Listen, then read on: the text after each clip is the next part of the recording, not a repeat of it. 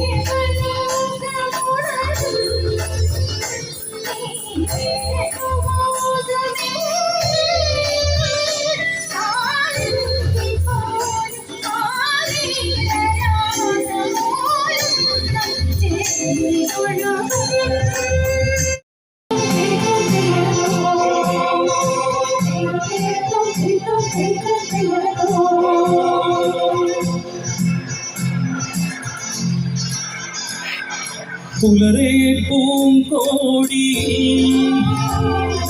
പെരുമീൻ വെള്ളാട്ടമാ കാണാ പൊന്നോടി ഭൂമി തുള്ളാട്ടമാ